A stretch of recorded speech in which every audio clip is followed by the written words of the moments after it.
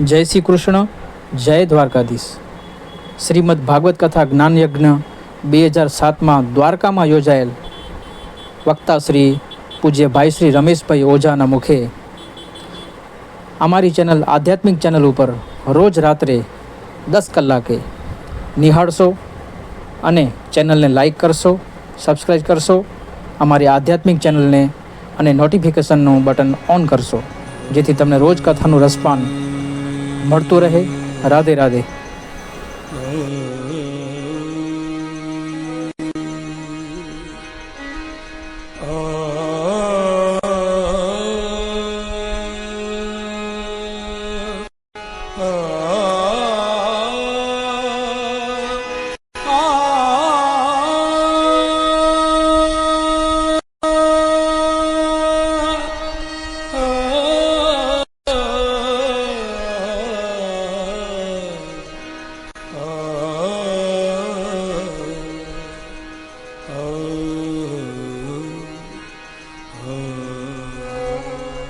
बोलिए श्री सुखदेव जी महाराज की जय.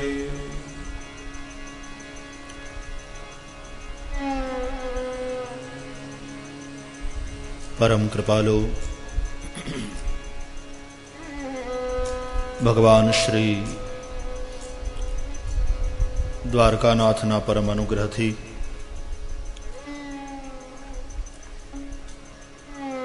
આ મોક્ષદાપુરીમાં ગોમતીના તટ ઉપર જ્યાં સર્વતીર્થરૂપ સમુદ્ર ભગવાન દ્વારકાનાથના ચરણોનું પ્રક્ષાલન કરી રહ્યો છે, એ સ્થાનમાં અખિલ બ્રહ્માંડ નાયક રાજાધિરાજ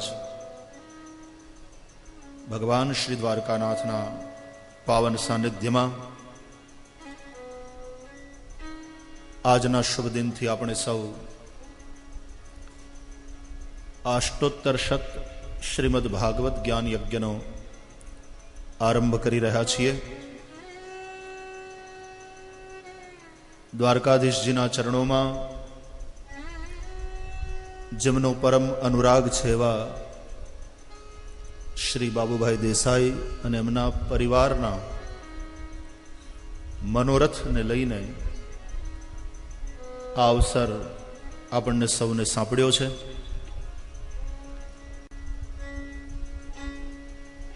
એકસો 8 ધ્વજાજીનું આરોહણ, 108 ભાગવતજીનું પારાયણ, 108 કન્યાઓના લગ્ન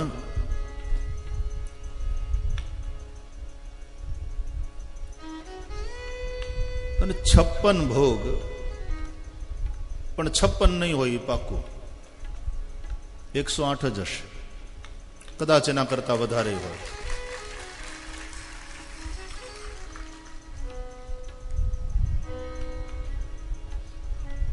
આવો સંકલ્પ મનમાં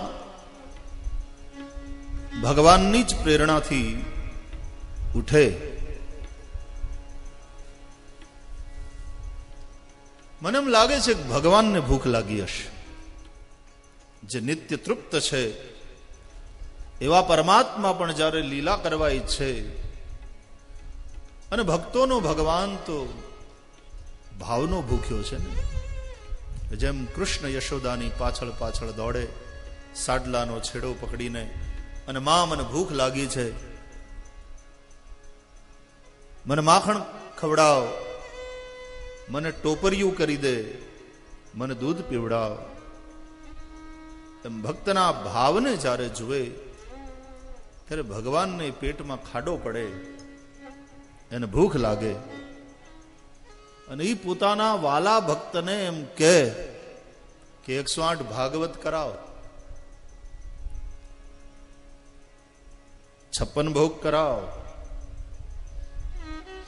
શ્રીમદ ભાગવત જ્ઞાન યજ્ઞ કરાવો. પૂજ્ય જગતગુરુજીને તેડાવ, સંતોને બોલાવ, અનેક લોકોને ભોજન કરાવ, પ્રસાદ લેવડાવ. આવો સંકલ્પ ભગવાન જ કરાવે.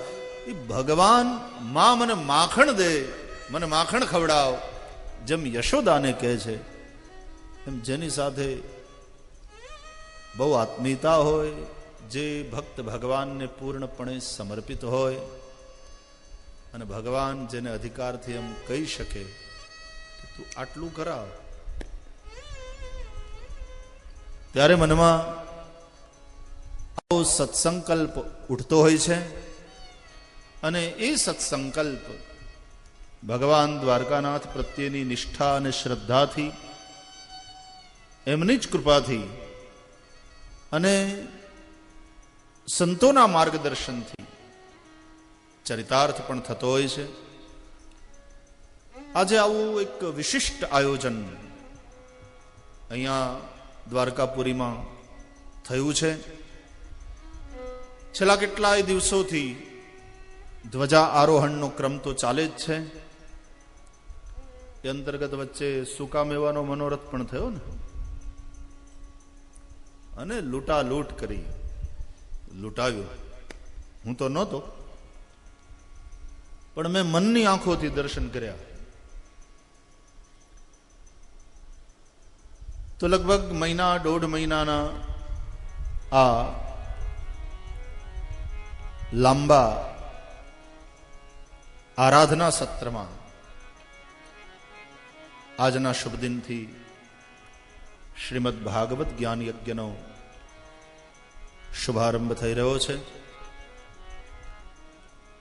પરમ પૂજ્ય જગતગુરુ શંકરાચાર્ય પૂજ્યપાદ સ્વામી શ્રી સ્વરૂપાનંદજી મહારાજના આશીર્વાદ સાથે, એમના પ્રવચન સાથે આ સત્કાર્યનો શુભારંભ થયો. મહાપુરુષના દ્વારા પૂજ્યપાદ શ્રી શંકરાચાર્યજી મહારાજના કરકમલો દ્વારા દીપ પ્રજ્વલન કરવામાં આવ્યું. દીવડા આવા જ્ઞાની મહાપુરુષો વિના કોણ પ્રગટાવે? દીવો તૈયાર હતો, બસ એને પ્રગટ કરવાની વાત હતી, અને પ્રગટ કરવાની વાર હતી.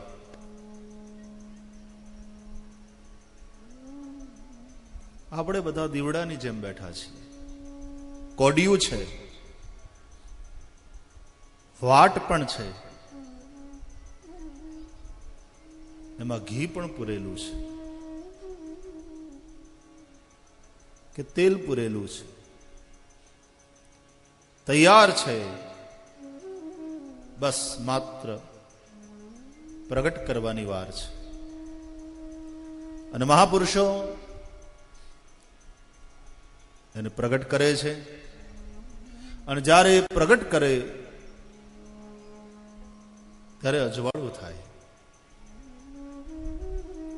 શ્રીમદ ભાગવત એ અર્થમાં અધ્યાત્મ દીપ છે.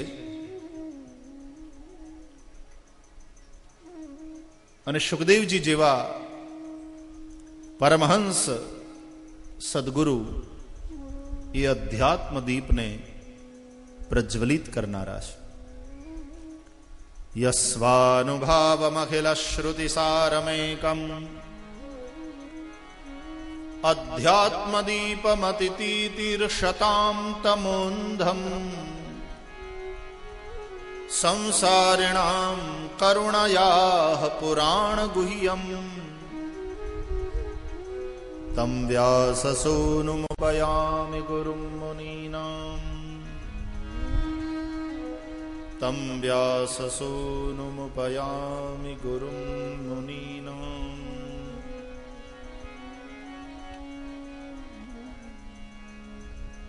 જે સુખદેવજીએ સંસારીઓ ઉપર કરુણા કરી શ્રીમદ ભાગવત રૂપ અધ્યાત્મ દીપને પ્રજ્વલિત કર્યો, અને એ અધ્યાત્મ દીપ કેવો? બોલે મતિમાં રહેલા અજ્ઞાનના અંધારાને હરવા વાળો.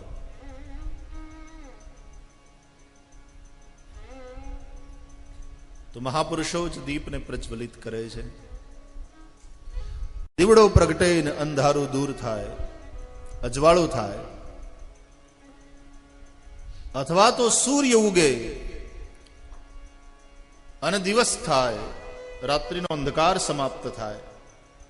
શ્રીમદ ભાગવત અધ્યાત્મ દીપ પણ છે અને શ્રીમદ ભાગવત પુરાણ સૂર્ય પણ છે. પુરાણાર્કો અધુના ઉદિત આવું કહેવાયું છે. આની અંદર શ્રીમદ ભાગવત એ પુરાણ સૂર્ય છે અને આજ ભગવત કૃપાથી એ પુરાણ સૂર્ય આપણા જીવનના આકાશમાં ઉદિત થયો છે.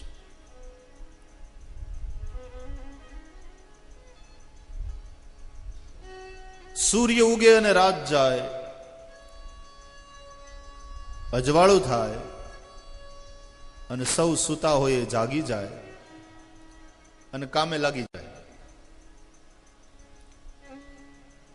એમ શ્રીમદ ભાગવત રૂપી પુરાણ સૂર્યનો ઉદય થાય, મોહની રાત્રિ સમાપ્ત થાય, અજ્ઞાનનું અંધારું દૂર થઈ જાય અને મોહની નિશામાં સૂતેલો જીવ જાગી જાય અને જાગેલા જીવ પોતાના કર્તવ્યમાં લાગી જાય.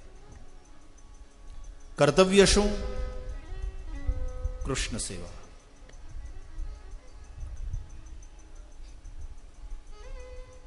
મોહ નિશા સબ સોવનિહારા,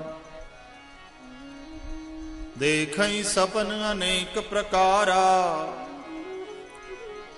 એહી જગ જામિની જાગહી જોગી, પરમારથી પ્રપંચ વિયોગી.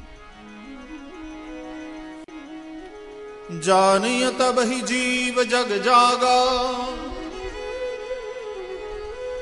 जब सब विषय विलास विरागा,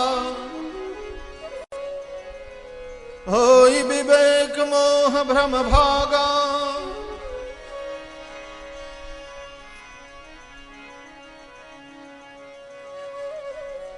જીવ ત્યારે જાગ્યો કહેવાય જ્યારે બધા જ પ્રકારના વિષયોના વિલાસથી એને વૈરાગ્ય થાય.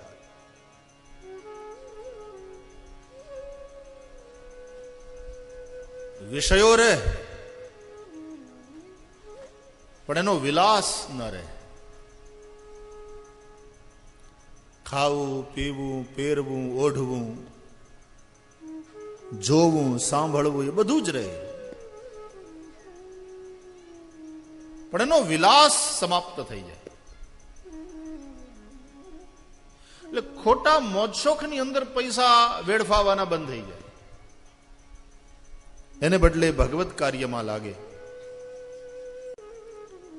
એને બદલે સત્કર્મમાં લાગે, સેવામાં લાગે. વિલાસ જતો રહે. વિષય વિલાસથી વૈરાગ્ય થાય ત્યારે જીવ જાગ્યો કહેવાય. આંખનો વિષય છે રૂપ, જોવું. કાનનો વિષય શબ્દ, સાંભળવું. ત્વચાનો વિષય સ્પર્શ, જીહવાનો વિષય રસ, નાસિકાનો વિષય ગંધ. તો જોવું, સાંભળવું, સ્પર્શવું, સ્વાદ લેવો અને સૂંઘવું એ કઈ બંધ ન થઈ જાય પણ એનો વિલાસ સમાપ્ત થઈ જાય. ન સાંભળવા યોગ્યને સાંભળવાનું બંધ કરી અને સાંભળે પણ ભગવાનની મંગલમયી કથા. જુએ પણ ભગવાન દ્વારકાનાથનું દિવ્ય રૂપ. સ્પર્શે પણ ભગવાનના ચરણારવિંદને કે સદગુરુના ચરણારવિંદને. રસ લે, સ્વાદ લે, પણ ભગવાનને સમર્પિત નૈવેદ્યનો, પ્રસાદનો, અને સૂંઘે પણ ભગવાન દ્વારકાનાથના ચરણોમાં સમર્પિત તુલસી દલની દિવ્ય સુગંધ નાસિકા દ્વારા જ્યાં અંદર જાય અને મન શાંત અને સાત્વિકતાથી યુક્ત થાય.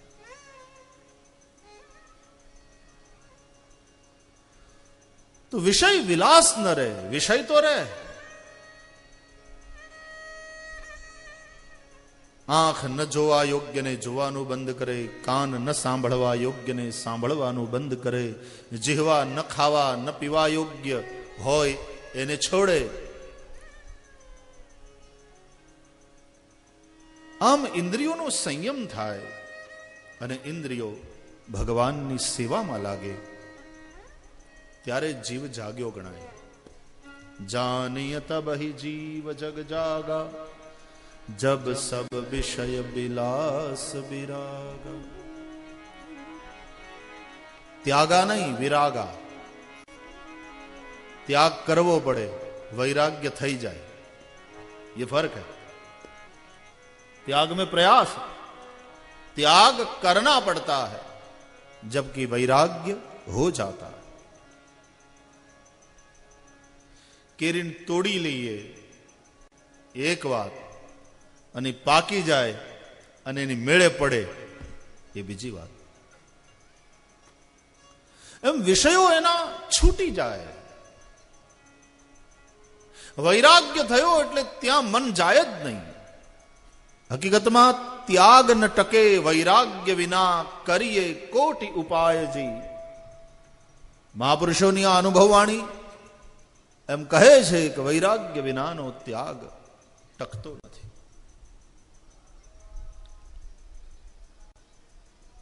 જ્યારે વૈરાગ્ય થાય છે ત્યારે ત્યાગ સહજ રીતે થાય છે અને એ ત્યાગ શાંતિ આપે છે. ત્યાગાત શાંતિરનંતરમ. દ્વેષપૂર્વક કરેલો ત્યાગ ફળ નહીં આપે અને રાગપૂર્વક કરેલો સંગ્રહ પણ ફળ નહીં આપે. ઘણા સંગ્રહ કરે રાખે, ભેગું જ કરે રાખે, લાખોપતિ, કરોડોપતિ, અબજોપતિ થાય, પણ રાગપૂર્વકનો એ સંગ્રહ ફળ નહીં આપે.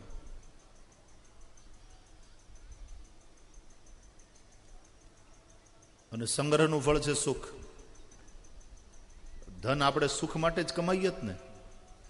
આપણે એમ કે બહુ કમાણા તો બહુ સુખી છે, બહુ કમાણા એ બધા સુખી છે, એ વાતમાં માલ નથી. સુખ માટે થઈને પૈસો માણસ કમાય છે વાત સાચી, પણ પૈસો જેટલા કમાયા એ બધા સુખી છે એ સત્ય નથી. એ કમાણી, એ સંગ્રહ સુખરૂપ ફળ નહીં આપે જો સંગ્રહમાં રાગ હશે, આસક્તિ હશે. તો રાગપૂર્વકનો સંગ્રહ સુખ નહીં આપે અને દ્વેષપૂર્વક જો ત્યાગ કર્યો હશે તો એ ત્યાગ શાંતિ નહીં આપે. માણસને સુખ શાંતિ જોઈએ ને જીવનમાં, તો સુખ માટે આ બધું જોઈએ. આપણને મકાન જોઈએ સારું, આપણી પાસે સારી મોટર કાર હોય એવું આપણે ઈચ્છીએ, આપણી પાસે સારું બેંક બેલેન્સ હોય એવી ઈચ્છા કરીએ, સ્વાભાવિક છે. એટલા માટે માણસ પુરુષાર્થ કરે છે, કમાય છે, ભેગું કરે છે. ભલે કરે, કમાવું જોઈએ, માણસે પુરુષાર્થ કરવો જોઈએ, મહેનત કરે, નીતિથી કમાય, ભલે ભેગું કરે, પણ એ રાગપૂર્વક ન હોય. સંગ્રહ જો રાગયુક્ત હશે તો સુખ નહીં આપે. એ હોનાની દ્વારકા તો દ્વારકા નાથે વસાવી, સોનાની દ્વારકા છે. પણ એમાં ક્યાંય રાગ નથી, કૃષ્ણને ક્યાંય આસક્તિ નથી.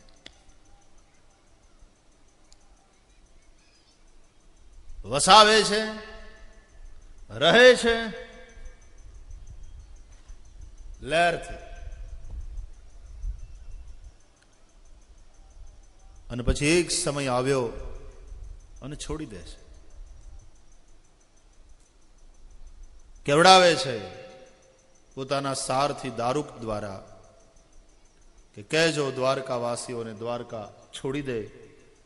સુવર્ણની દ્વારકામાં આસક્ત થઈ અને એની અંદર પડ્યા ન રહે, 7મે દાડે દ્વારકા સમુદ્રમાં ડૂબી જશે.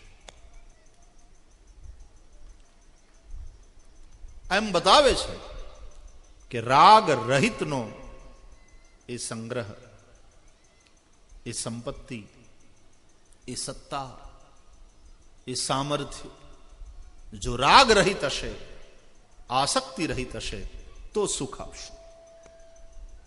બસ આટલી જ વાત છે. બાકી સુખી થવા માટેના જ આ બધા હવાતિયા છે આપણા.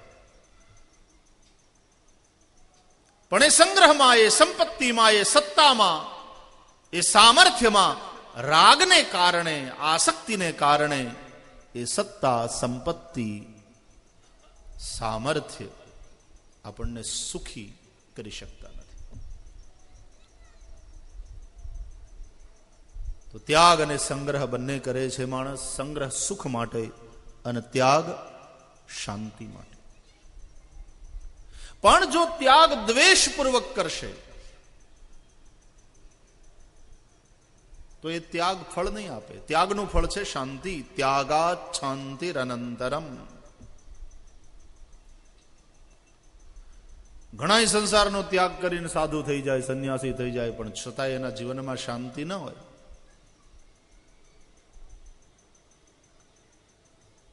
સંસાર તો આવો જ છે ને ખરાબ છે ને એના પ્રત્યે દ્વેષ થાય અને પછી માણસ છોડી દે બધું.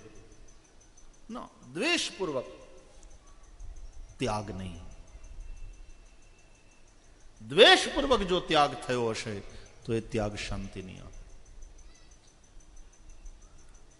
આ એક સૂત્ર છે અને સમજવાનું છે ભગવાનની લીલા દ્વારા. કે પ્રભુની લીલામાં જે પ્રભુએ સંગ્રહ કર્યો એ રાગ રહિત અને ત્યાગ એ દ્વેષ રહિત.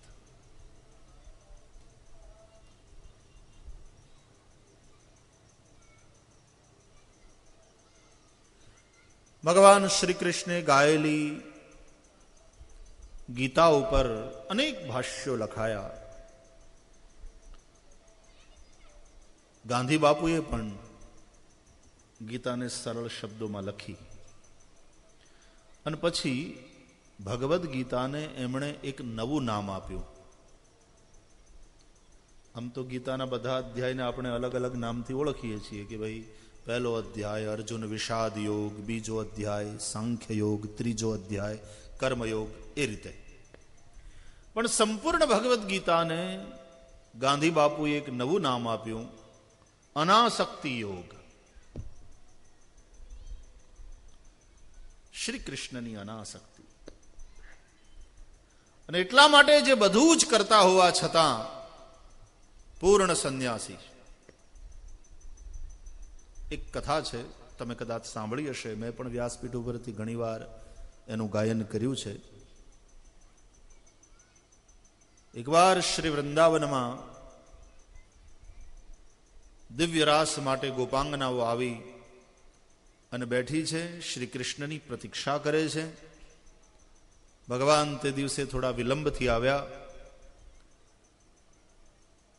ગોપીઓએ દર્શન કર્યા, સ્વાગત કર્યું, પ્રસન્ન થઈ,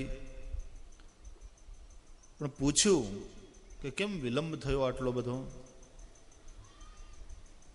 એટલે ભગવાને કહ્યું કે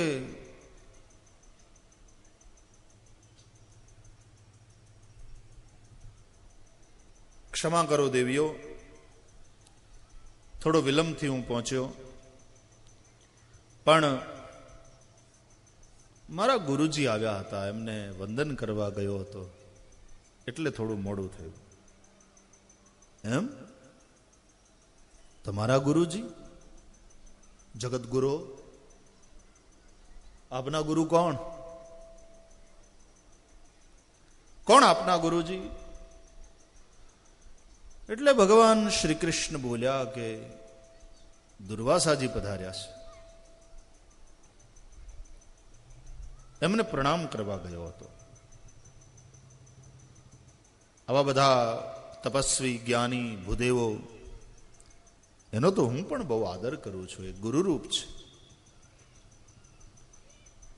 તો ગોપીઓએ કહ્યું કે અચ્છા, એ ક્યાં બિરાજે છે?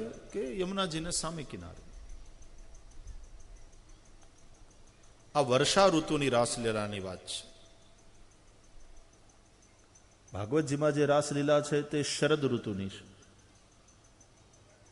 એવી રીતે વસંતમાં પણ રાસ થાય છે, વર્ષામાં પણ રાસ થાય.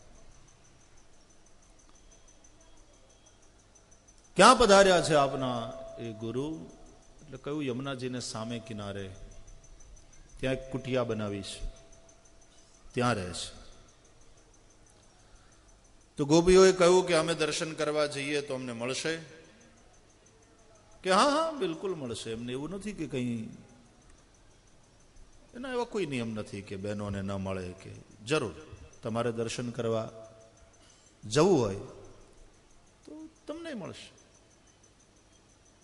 તો બીજે દિવસે ગોપીઓએ સૌએ વિચાર કર્યો કે આપણે આપણા કૃષ્ણના ગુરુ પાસે જઈએ, પ્રણામ કરીએ, એનાથી આશીર્વાદ લઈએ. ભગવાનને પૂછ્યું કે અમે જઈએ તો એમ સાંભળ્યું છે કે મંદિરમાં જઈએ, મહાપુરુષો પાસે જઈએ તો ખાલી હાથે નહીં જવું જોઈએ, રિક્ત પાણી ન જવાય, કંઈક લઈ જવું જોઈએ. તો અમે કોઈ ખાવાની વસ્તુ લઈ જઈએ તો તમારા ગુરુજી ખાશે? એટલે ભગવાને કહ્યું કે હા હા પ્રેમથી લઈ જાઓ, જે તમારે લઈ જવું હોય. એમને મન થશે તો લેશે, ખાશે. આપણે આગ્રહ નહીં કરવાનો કે નહીં નહીં તમારા માટે તો આ બધું બનાવ્યું, એવું એમ હોય કાંઈ ખાવું જ પડે. અરે પણ એ કે ગરમી છે આટલી બધી? ના ના, એમ હોય કાંઈ? 3 દીથી અમે તૈયારી કરીએ છીએ, આટલું બધું બનાવ્યું. આપણે ઘણીવાર બહુ આગ્રહ કરી. એમાં એક કથા વાચકોને તો લોકો બહુ ભાવથી લાડ લડાવે, એ બરાબર છે. પણ પધરામણીમાં જઈએ પછી કોક દૂધ પાય, અરે હોય કાંઈ આટલું તો લેવું જ જોઈએ ને. બીજે ઠેકાણે જાય તો કે ઉનાળો છે, લસ્સી બનાવી છે, લસ્સી લ્યો, દૂધની માથે કોક વળી લસ્સી પાય. ત્રીજે ઘરે ગયા તો એ વળી શેરડીનો રસ પાય. ચોથે ઘરે જાઓ પધરામણીમાં અને એ કે બહુ ગરમી છે, લીંબુ પાણી લ્યો. તો મહારાજનું પેટ તો પેટ છે, કંઈ પટારો થોડો છે, પબ્લિકનો પટારો કે જેને જે ભાવે એમાં ભરે. તમારો ભાવ બરાબર, પણ ઓલાને માંદા પાડશો તો કથા કરવા જેવા નહીં રહે. તો આપણે પ્રેમથી લઈ જઈએ, બરાબર. એમને ઈચ્છા હોય તો એમાંથી કંઈક લે. આપણે પ્રેમાગ્રહ કરવાનો, પણ દુરાગ્રહ નહીં કે ના એમ કંઈ હોય લેવું જ પડે, એવું નહીં. અમારે એક સંતે બહુ સરસ વાત કરી કે તમે કોઈ પણ સંત પાસે જાઓ ને તો રમકડા થઈને જાઓ, खिलौना बन करके जाओ किसी संत के पास. અને સંતને બાળક માનો. તમે તમારી જાતને રમકડું માનો અને સંતને બાળક માનો. બાળક જેમ રમકડાથી રમે ને, એ બાળક રમે છે પોતાના આનંદ માટે, એમ સંત રૂપી બાળક તમારાથી રમે, તમારી સાથે રમે અને આનંદ લે, મોજ કરે. પણ એને મોજ કરવી હોય અને આનંદ લેવો હોય ત્યાં સુધી એ રમે, મોજ કરે. અને પછી છોકરું રમતા રમતા થાકે, કંટાળે એટલે રમકડાને પાછું મૂકી દે. એમ જ્યારે કોઈ સંત ના મોઢા ઉપર એના હાવભાવથી આ એના વર્તનથી તમને એવું લાગે બસ હવે આમણે રમી લીધું, હવે હમણે નથી રમવું, ત્યારે હળવેકથી પ્રણામ કરીને પ્રસ્થાન કરો. તોય પછી આપણે બેઠા જ રહીએ ને આપણને તો મજા આવે. આપણી મજા માટે આપણે નથી બેસવાનું સંતની પાસે. પછી ખાવા ટાણું થાય એટલે એને ખાવા દેવું, ખુવા ટાણું થાય એટલે એને હુવા દેવા. આપણને મોજ આવે એટલે આપણે બેઠા જ રહીએ. આપણા સુખ માટે નથી જવાનું. બાળક રમકડાને રમે છે પોતાના સુખ માટે, એમ સંત તો બાળક જેવા છે અને આપણે એના રમકડા છીએ. એને રમવું હોય ત્યાં સુધી રમે, અને પછી જેમ લાગે કે નથી હવે આ નથી રમવું તો ઊભા થઈને જતા રહે. આપણે પ્રણામ કરીને આપણે રસ્તે. તો ભગવાન પાસે જાઓ કે સંત